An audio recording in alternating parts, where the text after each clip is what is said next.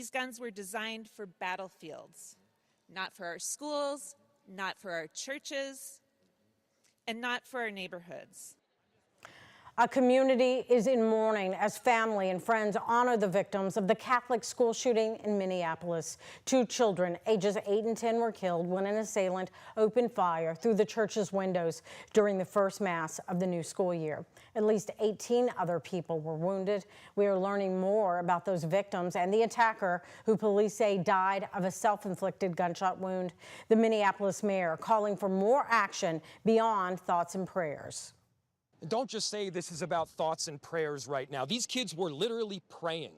It was the first week of school.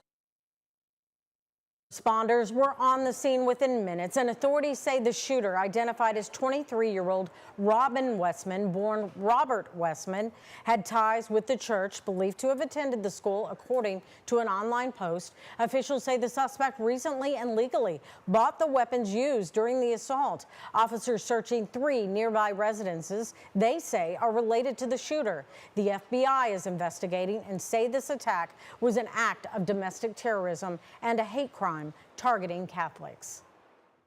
And hello, and thanks for joining us here at 6. I'm Connie Leonard in for Doug. Here at home, this has shaken the Catholic community. Locally, prayers this morning at St. Patrick's Church in East Louisville turned first to that tragedy in Minneapolis. Our Ian Hardwitt reports.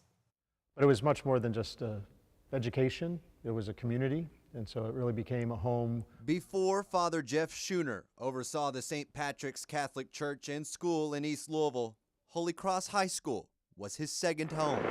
Wednesday in Minneapolis at the Catholic Annunciation Church, what should have been a back-to-school mass turned into a massive deadly shooting.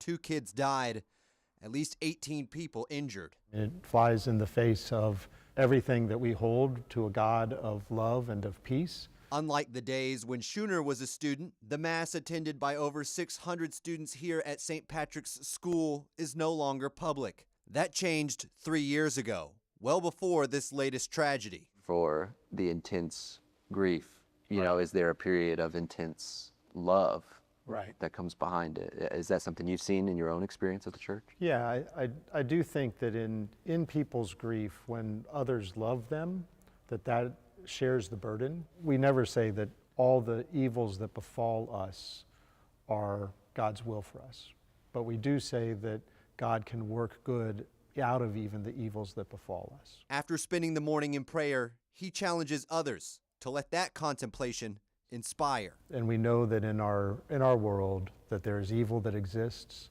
and God's solution to that for us is the gift of himself, that he is with us in the midst of that pain, and he inspires us to make a change, to work to make the world better, but that the answer to many prayers comes through our action because we've been inspired by God. In keeping his faith, Schooner says it's a journey, not a destination.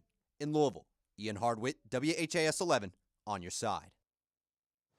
And Father Schooner added that counseling is offered at St. Patrick's to any student or families who need it.